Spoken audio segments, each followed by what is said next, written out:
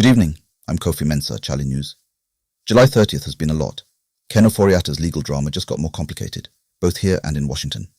Ghanaians who fled South Africa are home, but deeply shaken. And a 12-year-old boy spent 3 years in forced labour on Lake Volta. Let's get into it. The Ofori-Atta extradition saga took two sharp turns today.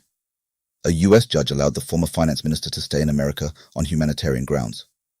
Same day, Attorney General Ayin stood up and said clearly that US citizenship is not a shield. Quote, "The fact that it has never happened doesn't mean it cannot happen. No formal request filed yet, but the AG is signalling intent." And in a twist that feels deliberate, courts here acquitted extradited MASLOC boss Sedina Tamakloe today. Full breakdown on chale.news. Sedina Tamakloe, the Court of Appeal ruled today on her appeal against a 10-year sentence handed down while she was still in the US. Her lawyers argued the in absentia trial was improper and the charges defective. She's been at Nsawam since June. The ruling lands on a day when her case is directly shaping how Ghana talks about extradition. More than 1,900 Ghanaians evacuated from South Africa.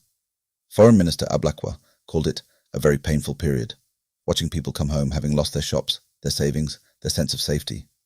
He also had to kill a rumour. No, Ghana has not been removed from South Africa's visa-free list, but the trauma is real, Chale, and it isn't over. Also from the AG today, citizens will soon be able to formally propose constitutional amendments. The catch? You need signatures from 10% of registered voters. The Constitution Review Committee recommended 5%. Government doubled it. No timeline for when this actually becomes law. Yesterday's nationwide power disturbance prompted an expert to say something alarming. Ghana's transmission grid is so fragile that a single major fault could black out the entire country. Gridco confirmed the July 29th incident. Government has announced no upgrade plan. Let that sit. And ECG, Ghana's electricity distributor, confirmed at its AGM today that it will pay zero dividend to government for 2025. Not a reduced dividend. Zero.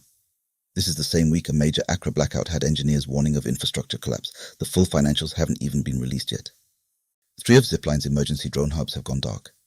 Government owes the company roughly 175 million Ghanaian cedis in unpaid fees for blood and medicine deliveries. Health Minister Akando told Parliament efforts are underway, but gave no timeline, no funding source. Those hubs deliver to places ambulances can't reach. This is not abstract.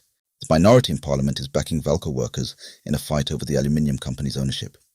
They're calling the government's strategic equity capitalisation plan a sell-off dressed up in corporate language, and demanding full transparency on investors, valuations, approvals. Officials have not responded with a deadline. Galamsey openly happening next to a police station. Joy News exposed it. NIMOS showed up, arrested 19 people, destroyed 16 Shanfang machines, seized 120,000 Ghanaian cedis cash, and found a gun. The fact that it took a media expose for action to happen, that's the part that stings. Over 6,000 people who applied to join Ghana's security services failed mandatory drug tests this year.